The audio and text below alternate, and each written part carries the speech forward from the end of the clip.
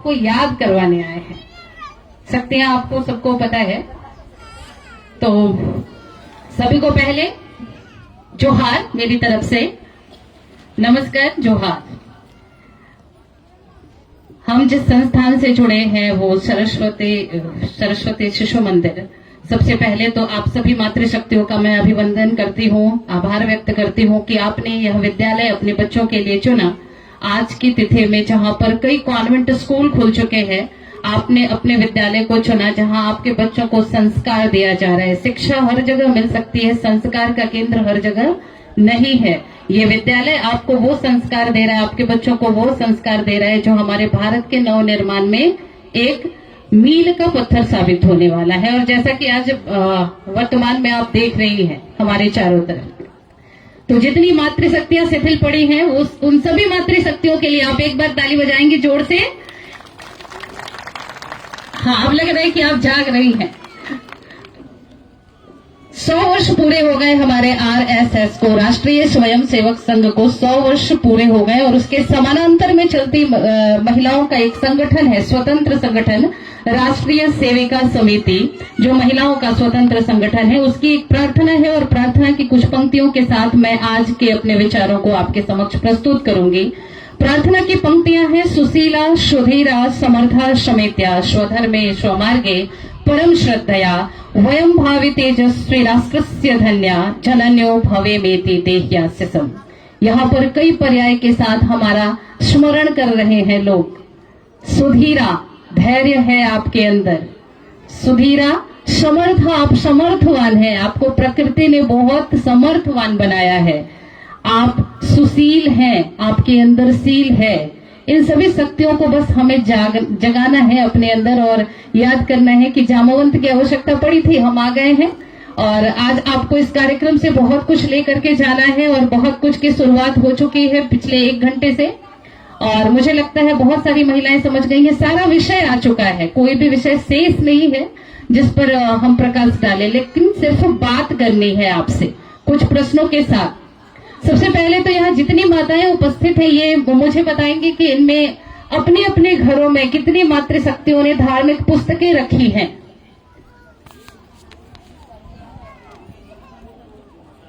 सोचने का विषय है, आप आसपास देख लीजिए कितनी मातृशक्तियां जो अपने बच्चों के साथ 1 घंटे या आधे घंटे का समय बैठकर बिताती हैं कुछ धार्मिक बात, सामाजिक बातों को करने के लिए। चलिए, अच्छा है। और तीसरा और अंतिम प्रश्न, कितनी माताओं के पास स्मार्टफोन है?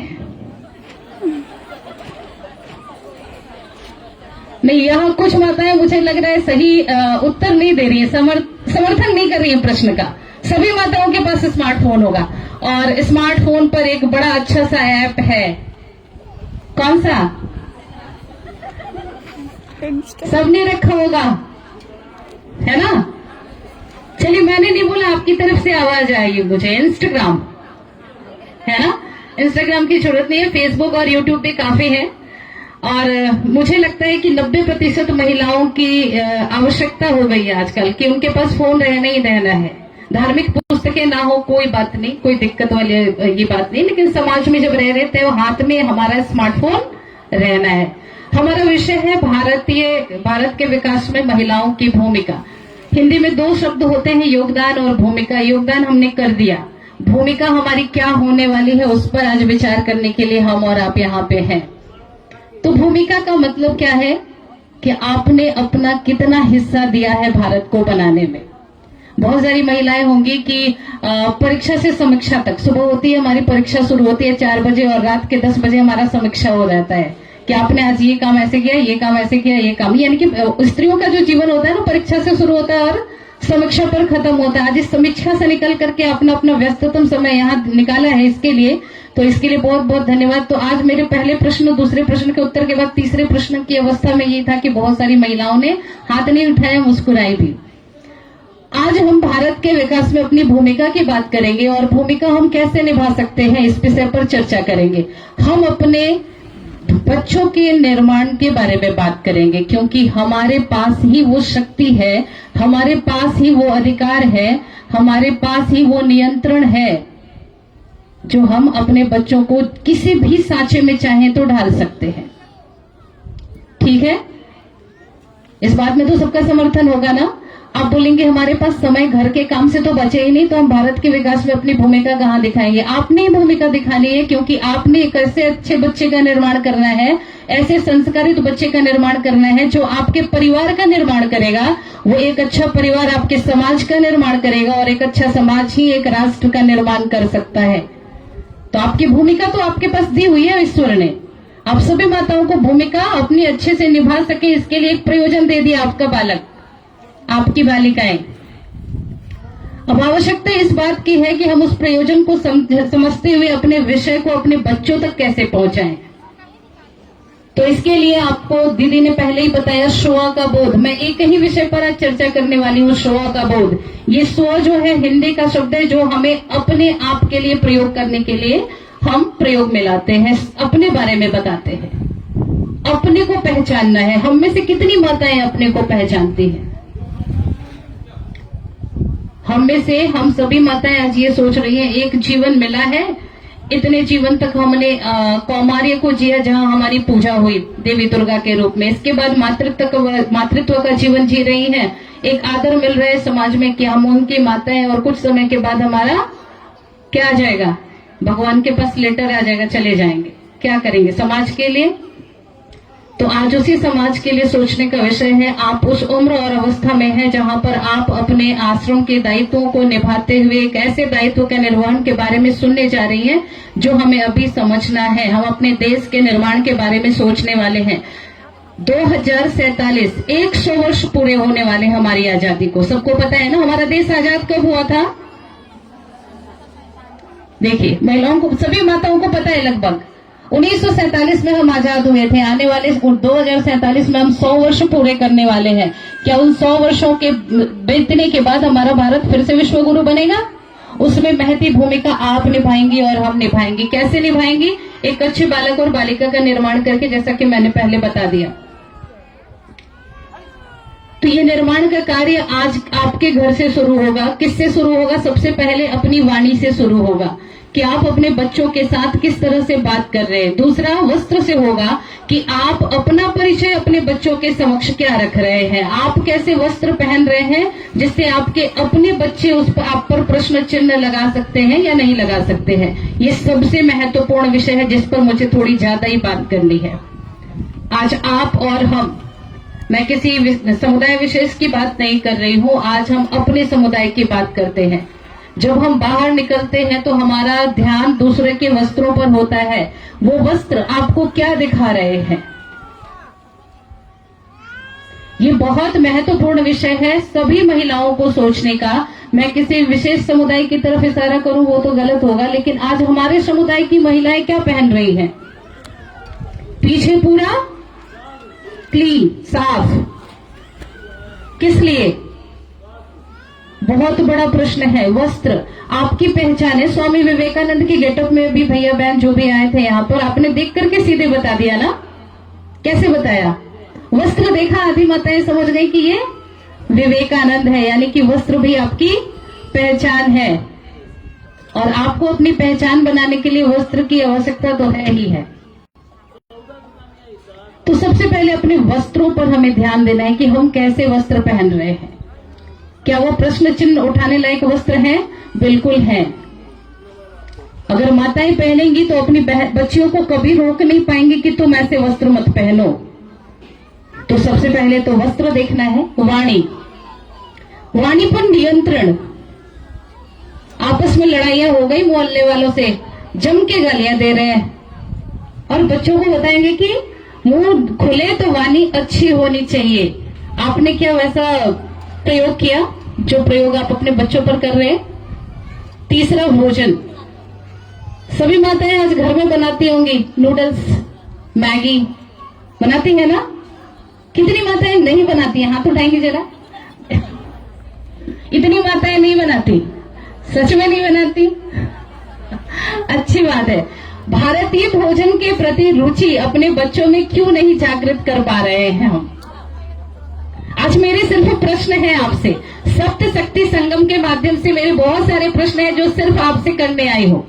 तो नूडल्स आप नहीं बनाते। आपके बच्चे बाहर जाके मोमोज खा रहे हैं, क्यों खा रहे हैं? क्या हम इतने सामर्थ्यवान नहीं है कि हम अपने भारतीय भोजन के प्रति अपने बच्चों में रुचि जगा सके? बिल्कुल इतने सामर्थ्यवान है, लेकिन वो इंस्टाग्राम है ना, घर के काम करने के बाद इंस्टाग्राम। हम क्या शिक्षा दे रहे हैं अपने बच्चों को? कहां अपनी संस्कृति और कहां अपने धर्म से जोड़ पाएंगे अपने बच्चों को? सिर्फ विद्यालय में पढ़ाने मात्र से आपके बच्चे संस्कारित हो जाते तो ये बहुत अच्छी बात होती, लेकिन ऐसा नहीं है बहन जी। 6 घंटे आपके बच्चे विद्यालय में रहते हैं तो उसके बाद का पूरा समय आपके साथ बिताते हैं, तो आपका एक बड़ा दायित्व बनता है कि आप अपने बालकों का निर्माण कैसे करने वाली हैं। जीजाबाई बनने वाली है, शिवाजी बनाने वाली है, महाराणा प्रताप बनाने वाली है, विवेकानंद बनाने वाली है, निर्णय आपका होगा। कल्पना चावला बनाने वाली है, सुनीता विलियम्स बनाने वाली है, झांसी की रानी बनाने वाली है नहीं, या फिर नाचने वाली गुड़िया बनाने वाली है। पूरी तरह से चयन आपको करना है कि आपके बच्चों को आपको क्या बनाना है, कौन सा दिशा निर्देश दे रहे हैं आप और हम अपने बच्चों को। हम माताएं बहुत इंटरेस्टेड हो गई हैं आजकल। मैक्सिमम माताएं इंस्टाग्राम पे आपको मिल जाएंगी रील्स बनाते हुए। तो रील्स बनाएंगे तो रोज कब बनेंगे हम? हमें तो फुर्सत नहीं रील्स बनाने से, और रोज बनाने के लिए रील्स बनाने की आवश्यकता नहीं है। आप अपने जीवन को ही एक उदाहरण के रूप में अपने बच्चों के सामने प्रस्तुत कर सकती हैं कि आपका जीवन कैसा है, और आपको देख करके आपके बच्चे सीखेंगे और कहीं ना कहीं उनके मन में ये भाव आएगा कि हमारी माता ऐसी हैं, हम कैसे ऐसे हो सकते हैं। आज बहुत सारे प्रश्न हैं मेरे पास।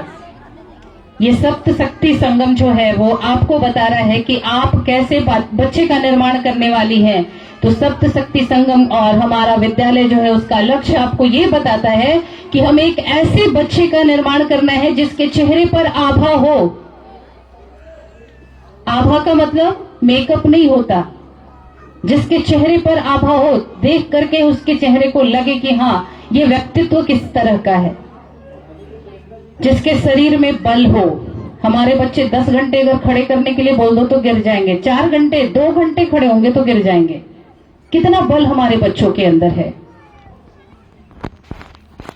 चेहरे पर आभा और शरीर में बल और मन में प्रचंड इच्छा शक्ति। प्रचंड इच्छा शक्ति का मतलब हमें ये करना है तो करना है, हिमालय की तरह अडिग प्रचंड शक्ति हो उनके अंदर। और ये जागृत करने का काम आपको दिया गया है, इसीलिए आपको माँ के अधिकार से वंचित नहीं रखा भगवान ने। माँ का अधिकार दिया कि आप एक बच्चे का निर्माण ऐसे करें, बुद्धि पांडित्य पूर्ण हो। अब बोलेंगे कि बच्चे तो जन्म लेते हैं अपनी बुद्धि के साथ, उसके निर्माण का काम आप करेंगी। 5 वर्ष की आयु तक 95% बुद्धि का विकास हो जाता है। वो बच्चे जितनी तेजी से सीखते हैं उतनी तेजी से उम्र के किसी अवस्था में नहीं सीखते। और वो 5 वर्ष का समय सबसे ज्यादा बच्चे किसके साथ बिताते हैं?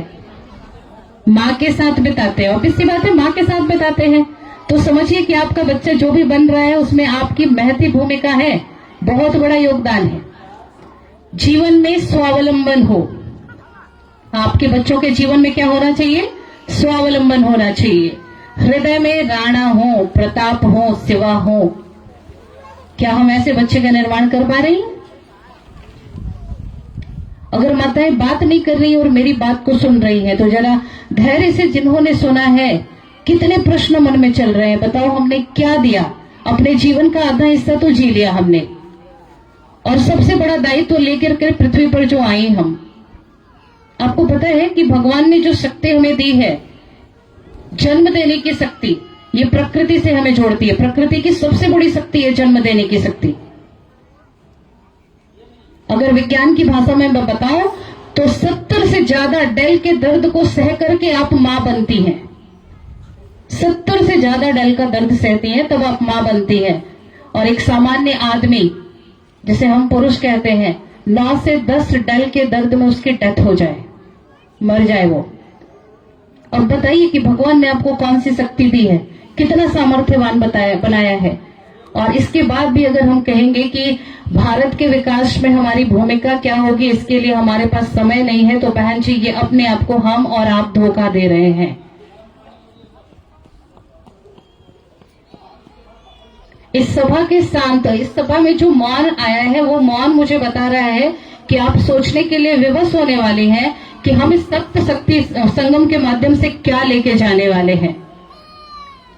अभी भी बहुत देर नहीं हुई, अभी भी हमारे हाथ में बहुत कुछ है। विद्यालय में मात्र नामांकन करवा देना ही बहुत बड़ी बात नहीं है, उसके पीछे आपका योगदान जो होने वाला है 10 घंटों का, उसके विषय में सोचिए कि हम अपनी बहनों को भगिनी निवेदिता की तरह बनाएंगे क्या, जिसने अपने धर्म को छोड़ दिया सिर्फ इसलिए कि सनातन में उसे वो सारी चीजें मिली जो उसके धर्म में नहीं मिली। वो साहस हमारी बच्चियां कर पाएंगी? हम उस धर्म में है जहां पर महिलाओं को इतनी प्रतिष्ठा दी गई कि बड़े बड़े विद्वानों के साथ उन्होंने सामने बैठ करके प्रश्नोत्तरी किया। हम उस द्रौपदी के देश की हैं जहां पर दुनिया के सबसे प्रकांड विद्वान माने जाने वाले भीष्म पितामह को चैलेंज करने वाली द्रौपदी हैं। हम उस भारती के देश के हैं जहां मंडन मिश्र जी की पत्नी थी भारती, उन्होंने शंकराचार्य के प्रश्नों का उत्तर दिया अपने पति के प्राणों की सुरक्षा के लिए। हम है वो कोई अलग चीज नहीं थी। आप में, हम में, वो सब में सारी शक्तियां हैं। एक साथ 10-10 कामों को हैंडल करते हैं हम घर पे। लेकिन जो मेन शक्ति की बात हो रही है, सप्त शक्तियों की बात हो रही है, वो सप्त शक्तियां हमारे अंदर लुप्त हो रही हैं। हम जानते हैं कि हमारे अंदर वो शक्तियां हैं, लेकिन हम कहीं ना कहीं उसे विस्मरित कर रहे हैं। जब महाभारत का युद्ध हो रहा था और अर्जुन के सारथी बने कृष्ण ने देखा कि अर्जुन अब थोड़े से शिथिल पड़ रहे हैं, तो कृष्ण ने वहां पर याद दिलाते हुए कहा था, मृत्यु सर्व हरश्चाह मृत्युम वश्च भविष्यताम कीर्ति श्री वाक्ष नारिणाम स्मृतिर्मेघा धृति क्षमा। मैं सबका नाश करने वाला मृत्यु हूं और उत्पन्न करने वालों का उत्पत्ति मात्र हूं। मैं ही स्त्रियों में श्री, वाक, स्मृति, मेधा, धृति और क्षमा हूं। अब आवश्यकता क्या थी भगवान कृष्ण को अर्जुन को ये बताने की? युद्ध के मैदान में जहां पर स्त्रियों की आवश्यकता नहीं थी, वहां पर भगवान कृष्ण ने अर्जुन को ये क्यों बताया? अर्जुन को सिर्फ इसलिए बताया कि तुम याद करो कि जिस स्त्री के गर्भ से तुम्हारा जन्म हुआ है उसने कितनी शक्तियां तुम्हारे अंदर डाल के रखी हैं जो उस स्त्री के अंदर थी। आवश्यकता थी, क्योंकि हर युद्ध का आधार अगर स्त्री बनी है तभी वो युद्ध जीता जा सका है।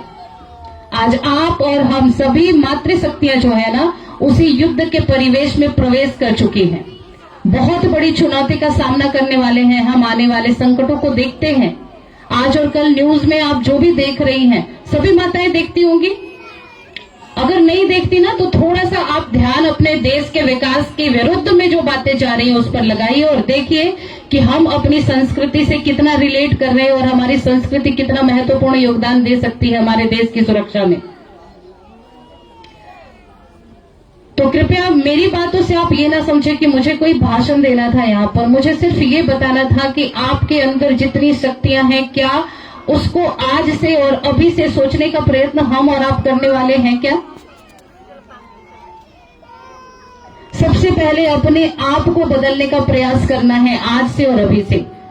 ये विद्यालय जहां आपके बच्चों को शिक्षित कर रहा है, वहां आपको बुलाने का प्रयोजन मात्र इतना है कि आप समझें कि आपके बच्चों के निर्माण के साथ आपके निर्माण की बेला भी प्रारंभ होने वाली है। आप भी अपना निर्माण करेंगे और भारत के विकास में भूमिका आपकी भी होनी चाहिए, ऐसा प्रयत्न करेंगे। जो बहनें मेरी बैठी हैं, जिनके अभी छोटे छोटे शिशु हैं, उनसे मैं आग्रह करूंगी कि बदल लीजिए, बहुत कम समय है अपने पास। स्वयं को बदलिए ताकि हम सकारात्मक रूप में अपनी संस्कृति को बचा सके।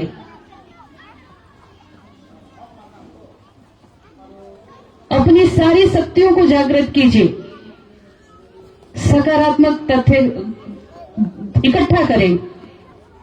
आपके आसपास बहुत सारे आपको उदाहरण मिल जाएंगे समाज में। अपने बच्चों को उस उदाहरण के माध्यम से समझाने का प्रयास करें।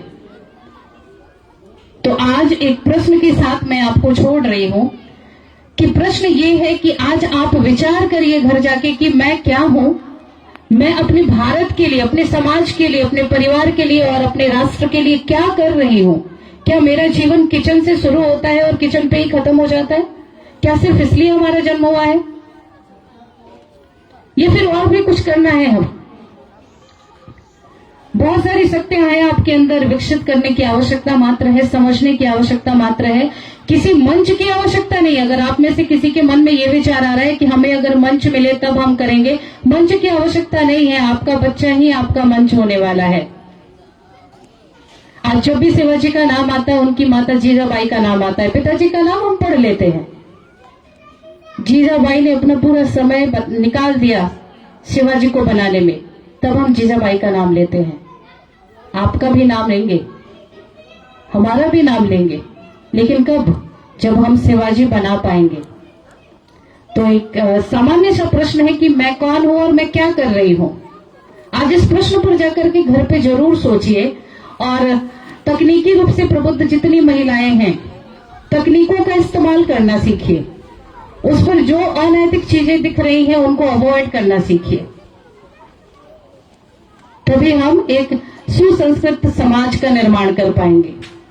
क्योंकि आप ही कारण हैं इस समाज के अच्छी चीजों के लिए, और आप भी कारण बन सकती हैं बुरी चीजों के लिए भी। तो क्यों ना अच्छे बन करके ही समाज को भी प्रोत्साहित करें, राष्ट्र का भी निर्माण करें और स्वयं का भी नाम करें। क्योंकि सभ्यता सुरक्षित है जिनसे परिवार पनपते हैं।